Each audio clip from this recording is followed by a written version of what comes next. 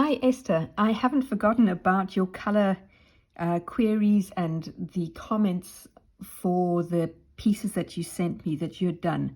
But I've been thinking a lot about the speed and that how you showed me you were working with the reference layer and then the closed shapes versus the broken lines.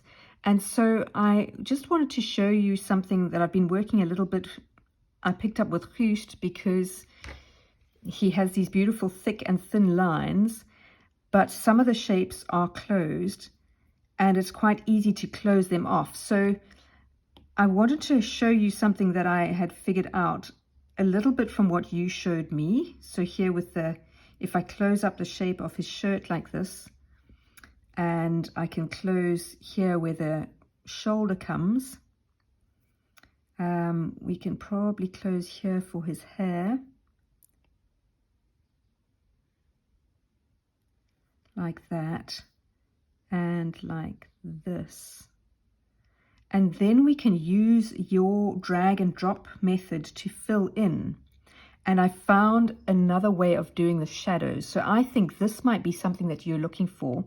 And I just wanted to share it with you because I think that maybe the frustration of working the other method it's going to take too long for you. So if I choose this yellowish color that I use as the undertone for skin, I'm going to go here and choose the reference possibility. And then here I'm going to add in and put, let me just call it color. Okay.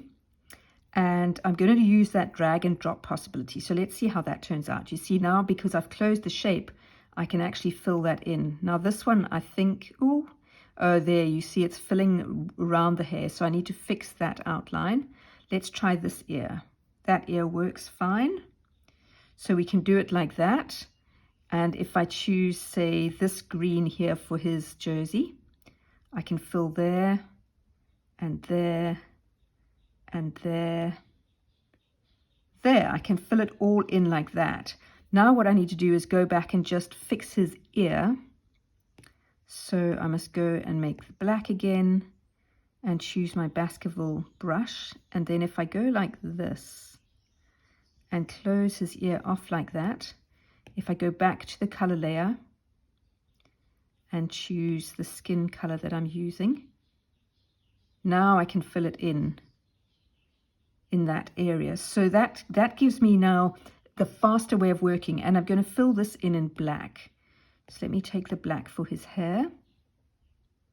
Oh no, you see that shape is not closed, so I need to go in and close here because you can see there's a little space there where this color can escape. So probably if I just fill that in with black like this, so that those two touch each other.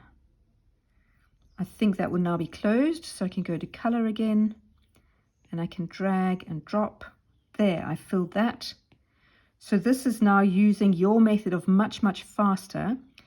And now to add the shadows, what I found is a trick using a different a blend mode, which I am not familiar with, but I just found it because I was looking for a solution for what's frustrating you. So if you use a very pale purple like this, a sort of lilac color, and if we go onto this color layer and I tap here, you can see here it's got this little N. Okay, I think that means normal. If I tap my pencil on that N, this gives me the different blend modes. You see that one says normal. And so if I go and choose multiply, what happens is the color that I put on top is going to mix with the color that's already there. So what I need to do is just undo that so that it doesn't blend with that color. So that was just my reference. And now I'm going to, oh, wait, okay, confusion. Let me put that back to normal. And then I'm going to add a shadow layer on top, okay? Because I don't want to paint shadows on top of the colors that are already there. So this is my shadow layer. And in the shadow layer, I'm going to go and choose multiply, okay? And then I'm going to choose my round brush, and now I want to put in shadow. So if I imagine maybe some shadow at the bottom of his nose, I can do it like this, a shadow under his nose here.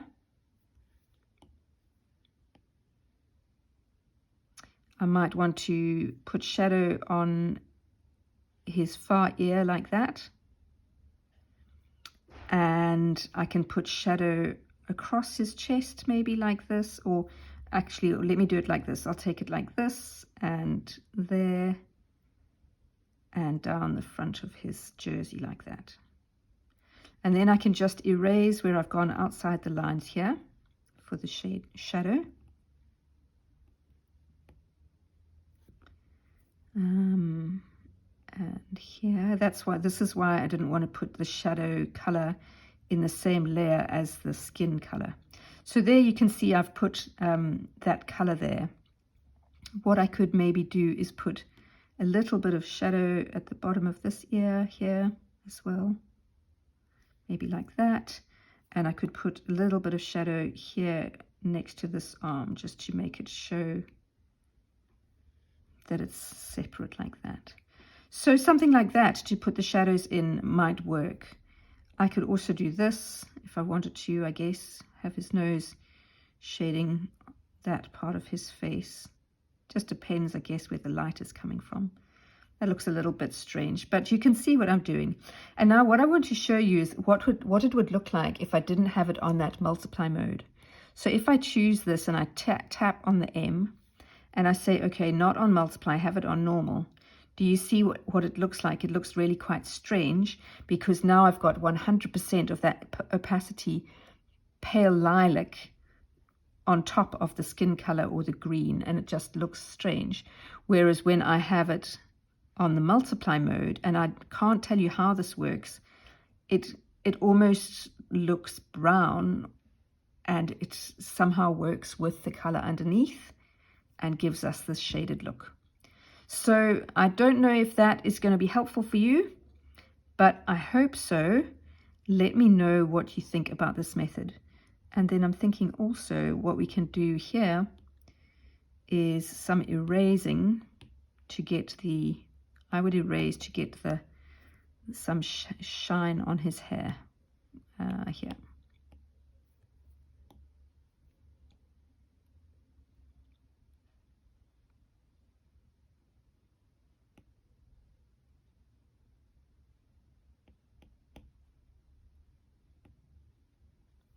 So that gets a bit of shine from his hair. Okay, so that is what I wanted to show you.